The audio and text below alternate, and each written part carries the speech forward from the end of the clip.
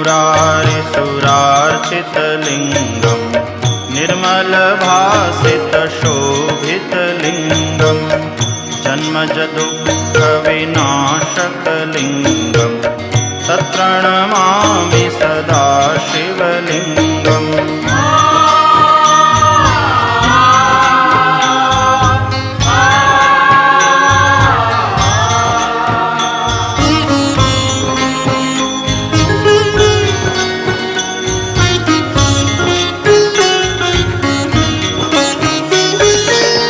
देवमुनिप्रवरार्चितलिङ्गं कामदहं करुणाकरलिङ्गं